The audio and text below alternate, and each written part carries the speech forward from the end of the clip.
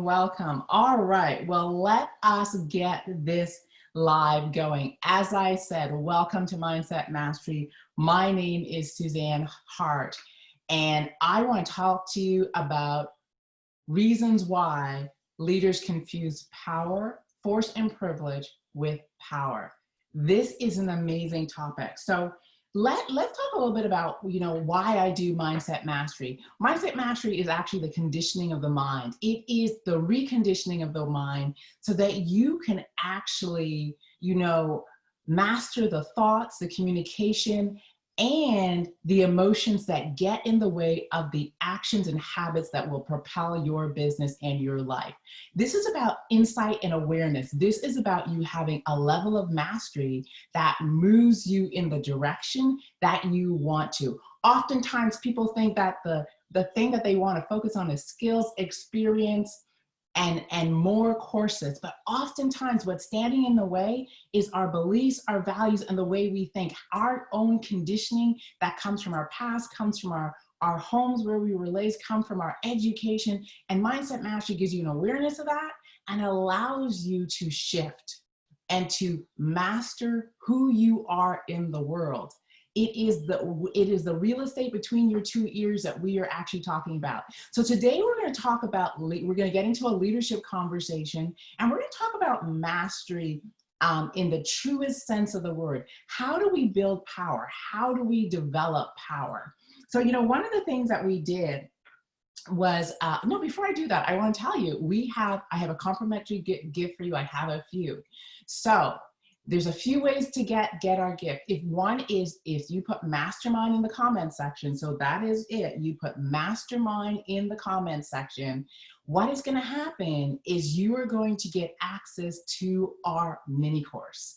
And this is the Master Your Mindset, Master Your Mini course. And it really helps you look at your communication mastery, your emotional mastery, your mindset, and how are your habits moving you forward. It is going to create that awareness. So that is available to you. What you want to do is put mastermind in the comment section. And then when you finish this live, go to Messenger, because you will have a message, and follow the prompt and put in your information so you can receive your complimentary gift, our Mindset Mastery Mini course. You can also go to the promotion for this event, and in the description you will see the link, and you can also put your, press that link and you will get access to our mini course. This course is really about creating your awareness. Okay, so let's talk about this whole concept of power, privilege, and force. And I want to really make the distinctions because this is such key information. I see Colette has joined us. Welcome, welcome, Colette. Nice to see you this evening. So let's really begin to talk about it. But in order for us to do that, I want to really position what is leadership. And we're going to talk tonight about transformational leadership. This is leadership built in growth. This is leadership built in you making your best better. This is leadership built in transformation and lifelong learning. What gives this power is, first of all, leadership is when you have this thing called influence. Now, one of the things I've come to realize is the first person and the only person I actually lead is myself, is Suzanne. So the only person you actually lead is yourself. But if you do it boldly, if you do it with a high level of mastery and you become the bright light, like the lighthouse, you become a source of inspiration. And that's what gives you your influence. Why? Because people will choose to follow you, model with you, partner with you, walk with you, because they're liking who you're being in the world. It's not what you're saying, but how you're showing up, how you're being. And I really wanted to make that distinction so that we can really get this conversation going. So that's my definition of leadership. Now, one of the things we did earlier this week was we did the quiz. And I'm going to ask you, I'm going to give you some of the questions that were in the quiz, and I'm going to ask you to kind of kind of put down the one in the comment section that really resonates with what you do. So I ask people, when you're asked to assume a leadership position, what are your concerns? One of the questions is not having the answers. Oftentimes we think as leaders, we have to have the answers to the questions. We need to have all the solutions. Another one is not being confident in my decision making, right? So one of the roles of a leader is to make decisions, and oftentimes people shy away because they don't want to be responsible for the consequence of a wrong decision, or they're not confident in their own decisions. How about you don't think you have the experience? You just don't have the experience, so you don't want to pull up to the leadership table because I don't think I have the experience. I don't like to deal with disagreements. I know this is a big one for many people. They don't really like conflict. And so they shy away from leadership. And I also not feeling respected. You know, some people think I haven't earned the right, and I don't like not being liked, and I don't like not feeling respected. So they because you know there's disagreements, and oftentimes the leader gets blamed when something goes wrong, and they also get to take responsibility when something goes well. Either way, it's you, because you're in the leadership position. And people often shy away from leadership because they want to be liked, or they want to be respected. So I want you guys to kind of ask yourself, which one reflects who you are and where you're sitting? And you might be asking yourself, why is this so important in terms of this thing called privilege, force, and power? Well, it is really important because what you think about leadership and what you think your responsibilities are and how comfortable you are with all the responsibilities that come with leadership really impacts how you lead and what you lean into as you take on leadership. Now, there's people who lead from a place of position and title, and that leadership, we're going to talk about it, is really built in a little bit of force. And then there's people that lead from this place of being the model, mentoring, and being the example. And that is where it is transformational leadership. It is walking your talk, asking people to do the things that you are willing to do yourself. And that's a different type of leadership. Now, all the questions that I've asked you, often your comfort with each of those will kind of determine what kind of leadership role you take on. There's some people that hide behind position and title, and then there's people who come to leadership with a high level of belief in who they are, and it really does impact their leadership. So I really want you to just take a moment and think, where do you fall? Okay, so that's the first thing I want to talk about. So what I want to look at now is, what's the difference between power and force, right? And you know, this was really relevant to me as we looked at all the stuff that's happened over the past few weeks, you know, with the Black Lives Matters, the issue of racism and power and privilege that's been talked about. And truly for me, it was like, you know, do people really understand the difference between power and force? And so I wanted to really unpack it, because if you are a leader and you don't understand the dynamics of power and force, one of the things I was taught is you're probably going to lead with more force than leadership and internal power. And if you're not comfortable with the role of leadership and the responsibilities and the power, the privilege that come with it, you might lean into being a little forceful. So I want to really distinguish it, because oftentimes when we think of force, we think of fighting, we think of putting on boxing gloves, we think of the bully, and that's one type of force. That's really overt, like right in your face type of force. But I want to talk about the force that's a little bit more subtle, and it's a little bit in a way of being, so that you really get this as it pertains to leadership. Hello, Fazia. Thank you. Good to see you. So force is, first of all, external. And what I mean by external is it isn't born of your confidence in who you are. Force is external. So it shows up in things like, I'm going to convince you to do things my way. That is being a little forceful because people don't willingly follow. Force is coercion. You know, when you step into that place of manipulation and you're not accepting what people tell you, you're not accepting people's answers, and you're really, remember what I asked, do you find yourself trying to control the outcome?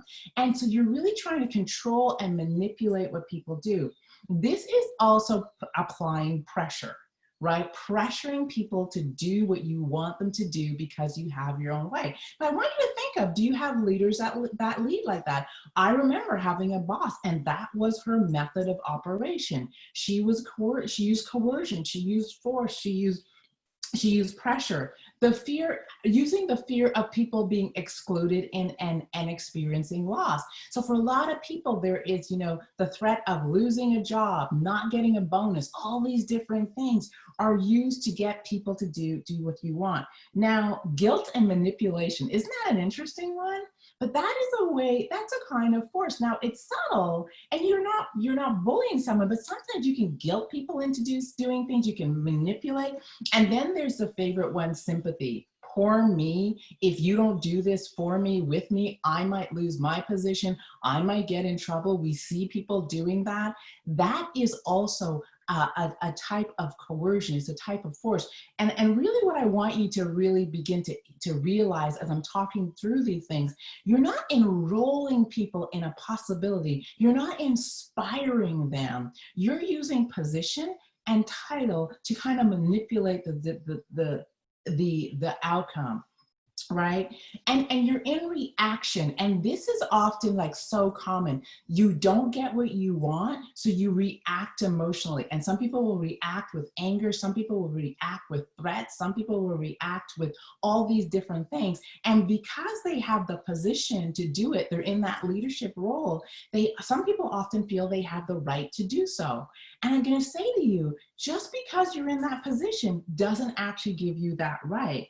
Shaming, blaming, and judging are other ways. And this is so common. I was listening to Brene Brown and the CD, The Power of Vulnerability. And one of the things she said is that North America is very much a shaming and blaming society, where we guilt and shame people into doing what we want them to do, to being part of the group, to want, we'll shame them if they're not like everybody, if they're not thinking like everybody, if they're not doing the things that everybody else is doing. Right? These are often seen in the management style, because management is built in, I call it the telling and selling approach. I'm going to tell you what to do, and I'm going to sell you on it. I'm going to coerce you. I'm going to manipulate you. I'm going to do all these different things. Now, I'm not saying that's totally management, but management is more of, I'm going to tell you what to do, and I'm going to manage the situation. And it's more of a directive approach. So I really want you guys to get that. Now let's talk about power. Power, on the other hand, is internal in Suzanne's mind. True power has nothing to do with position. It has nothing to do with title. It is internal. So here's some characters of power. It is born of your character, right? And your integrity. So it's when you show up consistently and persistently in the same way, when you know what your values and beliefs are, and your values and beliefs guide you. And it's that consistency and you being your word that actually gives you power. Right? Now listen to this. This is not about convincing. This is about showing up as an example, and showing up with a character that is so clear that people are inspired to follow you. And part of it is because they can count on you. You are consistent. Power lies in mastery, doing things excellently. I like to say that I aspire to excellence, and I aspire to always evolving and growing. And great leaders are people who tend to, in my mind, to not ever be standing still. They are continuously evolving and growing and becoming more. So that is the other part of it. I want you to think of competency. And competency is to me, it's the speed to which you get things done. And so the more competent you show up and the more reliable you are, the more power you tend to garnish. Now notice this has nothing to do with the other person. Remember I said the first person, the only person you lead is yourself. And it's how well you master who you are and how you show up that gives you this thing called power. You have relationship currency. Oftentimes, what gives people power is their relationship currency. So they don't have a names list, they have a relationship list. They know people by name, they know people's needs, they know people's values, they know people's goals, dreams, and aspirations. And often, what gives leaders power is they hold the dreams and beliefs and goals of their team equal to how they hold their own. And so people feel valued by a great leader. And there is trust. You are consistent. And this is so key. How you treat people is with equity. Now, equity is not the same. It has people feeling equally respected. So you adjust how you interact with people to make each person feel valued, but you don't necessarily treat people identically, but you treat them with, you give them equitable treatment. Now that's a great distinction. And it took me a while to really understand that as I stepped into leadership. And again, this is born of who you are and how you show up in the world for people.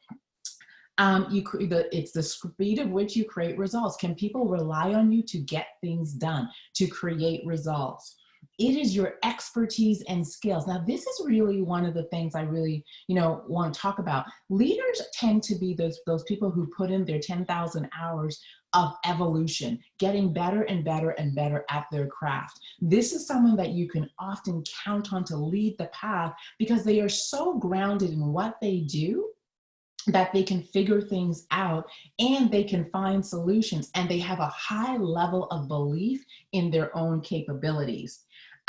It's your leadership capacity, your ability to land on your feet and navigate. It's your ability to respond when situations are uncertain and your ability to take calculated risks when things are uncertain. It's your ability to manage your emotions. Now, remember I said in power, people often use their emotions and they rule from this emotional place, in force rather. They move from this emotional place, and it's almost like whatever's going on for the leader, you feel it, and people will avoid the leader depending on their mood. With someone who is powerful, they have a high level of emotional mastery, and although things may be going on for them, they show up in a consistent, persistent way. And they are often those who use open communication. They communicate honestly and openly, and they often are the leaders that you aren't blindsided or surprised by something because there's that open dialogue. Now, this is the interesting thing. A person who is powerful has a high belief in their own capabilities. They have a high belief in themselves. They have a high belief in their self-worth. Now, this is the distinction I really want you to get. A leader who leads from a place of internal power knows that they could be stripped of position, they could be stripped of title, but they will still be powerful because the power that they walk with is born of who they are committed to becoming. It's their evolution and their growth over time. Where someone who leads from title and position and this place of force, they hang on to title and position. They'll often let you know their title and their position frequently because that's the leverage for them. That is where their power is. And that's why they tend to edge on the side of force. So let me see, what are you guys taking away right now? Put some comments in the comment section to let us know what you are getting. Let me know what you're getting. Oh my goodness. I see Richard. Hello, welcome. I see Cindy, welcome, welcome, welcome. So put some comments in the section. What are you taking away? Give me one word that you're taking away, one, or maybe one leadership capacity that you are going to begin to work on. So one of the things I want to just let you know, now, one of the reasons that we have the mini course is because part of mastery of leadership is really being able to master the 4 areas. It is how you communicate with yourself, with other people and yourself. It is also how you manage those emotions. Remember I said, a great leader may have things going on internally, but they show up and they respond to you rather than react to you. And they're using their internal mastery, right? They master their habits. And they're looking at habits in a very, very, very clear way. So that is the other way that they do that. So what you can do right now is what we're gonna do is we're gonna put the link right for the Mindset Mastery mini course right in the comments section. And what I'm going to suggest you do is you click on that and make sure you get registered, because if you want to really work from a place of true transformational leadership and not get caught in this thing called force, you definitely want to pick this up.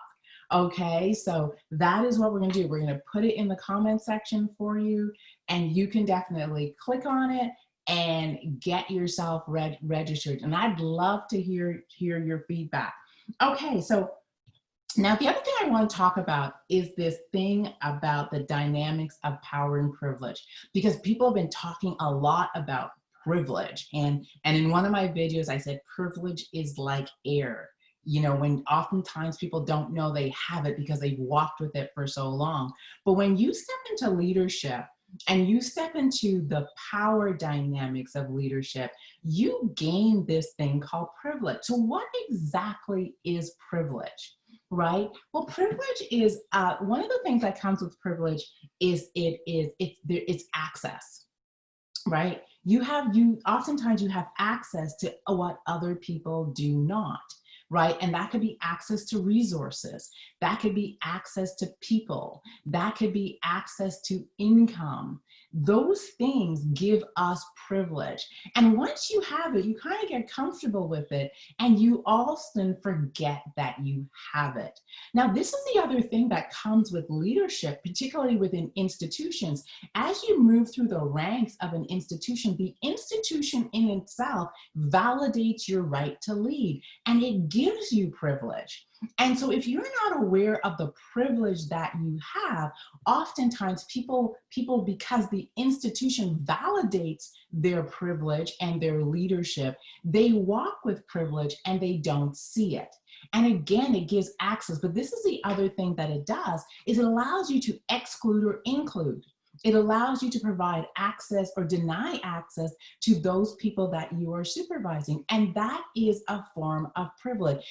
Privilege is when you know that because of your role and the power dynamics that your role provides, that you have the ability to exclude. You have the ability to allow access. You have the ability to manage someone's ability to be upwardly mobile. And the hope is that you exercise that privilege with a sensitivity and a compassion that is born of internal power, right? Versus force, manipulation, and many of the things that we were talking about earlier. And you know, one of the things that one of my mentors taught me is that she said to me, Suzanne, if you don't understand the dynamics of power and privilege, you will abuse it. And that has always stuck with me. So she said, no matter where you go, I want you to be present to the privilege that whatever role you are given, whatever echelon you are within an organization, to really remember that you have privilege. Now, this is what I want people to get. No matter what position you are in, there's a level of privilege. So if you are an employee at an agency, you have privilege over the clients that use that agency, because they're coming to you for access, they're coming to you for opportunity, and privilege is the access to resources. So they're coming to you for those resources. So it's that awareness of the power dynamics that give you that privilege, and to deal with people with compassion. Right? The organization instantly, when you have access to the resources of any organization, there's a privilege that goes with that. So we want you to be walking with a compassion and an understanding and a willingness to communicate and do the work to give other people their rightful access. And when you have to say no, it's not that it's just you're using your positional power to deny someone. It is a true no. And it's the willingness to work with someone to get them access. This is when we start to manage our privilege. So, people often think that if if I am the person in the lowest area, I'm the beginning person in an organization, I have no privilege. I will say to you that as soon as you enter an institution and you're part of that dynamics, there may be someone with more privilege than you, but there's often people that don't have the same privileges that you do just because you are part of an institution. And that's what I want people to really grasp is what are the institutional privileges that you have as a result. Think of going to the bank and the power and privilege dynamics there. If you're the person going for a loan or you're the person granting the loan, right? So no matter where your position is, there's power and privilege that go with that. And my goal for you tonight is for you to really understand the dynamics that come with power and the privileges that come with it automatically. And there will be people that say, I don't have power. We all have power. Sometimes we have positional power, which tends, if you don't know, it tends to have people execute this thing called force and all those different pieces.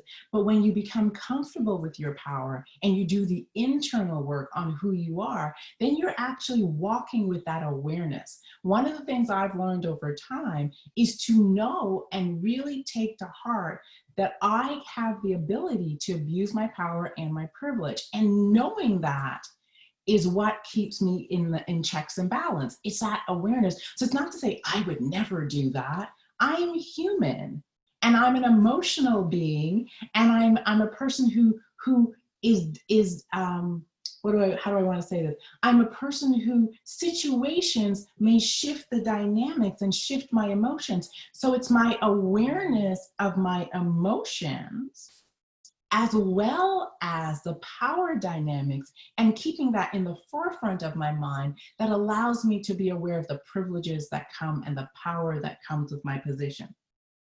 So the last thing I wanted to talk about, the last question I wanted to answer tonight that I thought would be of value for everyone listening is, why does leading from title and position create shortcuts in team gains, right? And oftentimes it's easy. So when you think of positional leadership, I'm talking about leadership where you are, you're leading because you have a title, right? So manager, boss, executive director, CEO, all those different things. And there's two ways of leading. You will meet the people who will make sure that you know their title, their position, and all the privileges that come with it. And they will have people actually work with them from a place of a little bit of fear and intimidation. They will have people work with them always knowing that my rank is here and your rank is here. And there's always that existing gap. And that gap is actually, if it's not managed, it diminishes communication, it diminishes trust, it diminishes a whole bunch of stuff. And what tends to happen is people will follow and do what they're told, not because they're actually choosing to, but because they fear the consequences of not doing so. Now, positional leadership is a leadership, it's top down and it's power over. And that means I have the right and I'm going to tell you what to do, and you don't really have much of a say, right? That's positional leadership. And what it does is it creates a distance between the people that you're leading, and it doesn't actually cultivate other leaders, because you're already adjusting for, I'm the leader, you're the followers, do what I say. Now, there are times where positional leadership is necessary, and it's often when you've exhausted all other things that you can do, if you will. You've exhausted all your other options, and now it's often like you have to assume the position of your role and you have to address, and it's usually a not fun issue. Oftentimes it's a reprimand, it's a warning, it might be a firing. That's a positional kind of thing. But a great leader will often only sit in that positional leadership when it's absolutely necessary. Most of the other time, they will sit in a place of transformational leadership.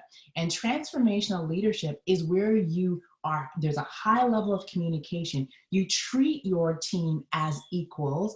although they know you are in the position of leadership, they know your title. And rather than move from a place of title, you move from this equitable place where there's a high level of communication, you value the skills, talents, and resources and brilliance that people bring to the table. And your goal, if you really get this, is to create leadership and actually make yourself not necessary. That is true transformational leadership. You are going to create leaders that are as good or better than you so that you don't become necessary. Now, someone might be asking, well, Suzanne, why would you make yourself not necessary?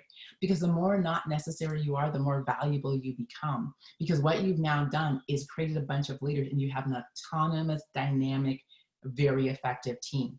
So to give you an example, when I was in social services, my last position, I gave my boss 6 months notice because we got along really well. And she had treated me so well that I didn't want to leave her scrambling. So there was lots of time. I actually interviewed and worked to hire my own replacement. But one of the things that was really cool was that within my last year, I actually didn't have to do a lot of stuff, but it created this space for me to create new things and do different things for my executive director while my team was highly functioning and they functioned without me. Their capacity and their growth under that leadership and that level of autonomy was amazing. They were creative, they were solution focused, their confidence grew. And really what happened was when it went to replace me, it was actually amongst the staff that were the best qualified because I had created leadership and I had made myself replaceable.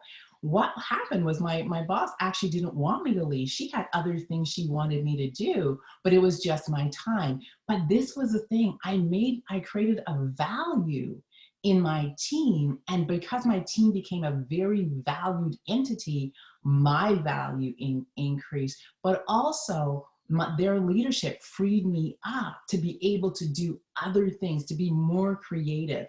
So that is when you take on transformational leadership. And I'll tell you, transformational leadership will make your team soar, and they'll give you a high level of autonomy to do and create other things that are brilliant for your organization. But it also cultivates leaders that are also available to take on other leadership positions. And who wouldn't want to be known as the leader that creates the most team members that rise into leadership positions within an organization? That will make you very attractive. People will want to partner and work with you. So that's the thing. So when I talk about, you might get quicker results with positional leadership because you tell people what to do and they do it. However, you get a higher level of resentment, you get a higher level of fear, and people aren't working from a place of power and excitement. They're actually often more frustrated and feeling like there's thumbs down, there's nowhere for them to go.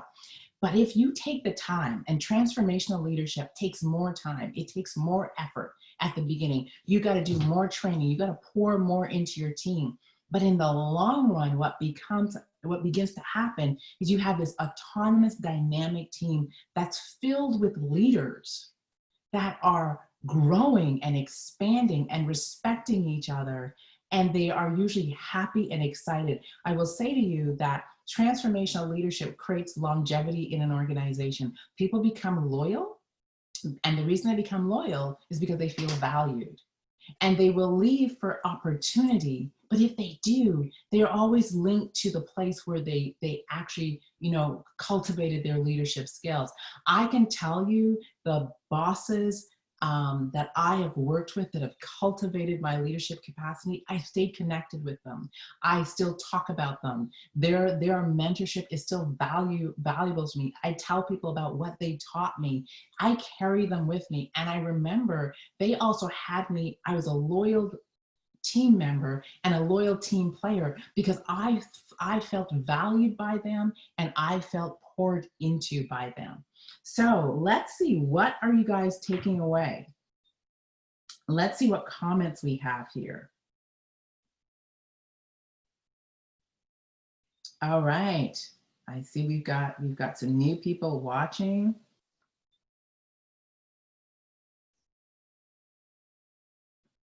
Okay, so I'm going to wrap with what I want you to take away. So what I want you to take away today is that, you know, power, privilege, and and force are such similarities, right? And oftentimes it's hard to pull them apart.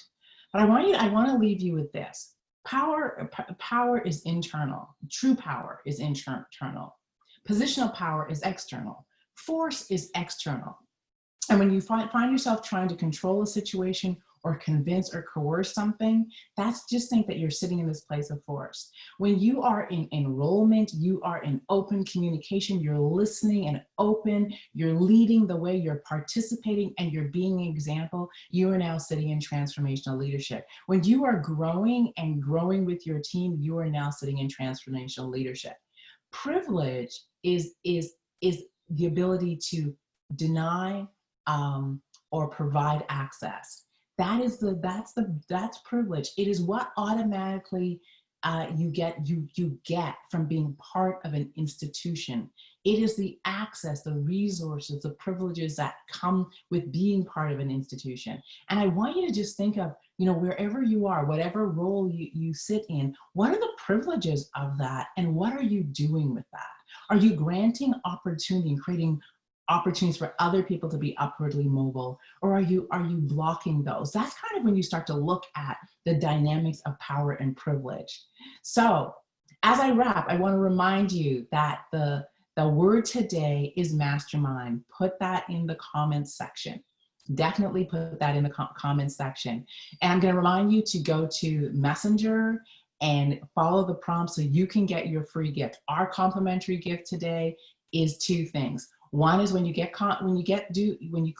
put the word mastermind in the comment section and you go to Messenger, you're going to have an opportunity to one, book a mindset mastery moment with me where we can talk through this whole dynamic. If this resonated with you and you're like, I want to get some clarity, I invite you to book a session with me. 20 to 30 minutes. We'll talk through this and how it pertains to your business and what's going on for you. The second option you'll get is to register and begin to take the Mindset Mastery mini course, Master Your Mindset, Master Your Life, and look at how you score in the 4 different areas of mastery. I want to thank you guys for joining me tonight. My name is Suzanne Hart. This was Mindset Mastery. I will see you back here next week, Thursday at 7 p.m. Eastern Standard Time. Take care.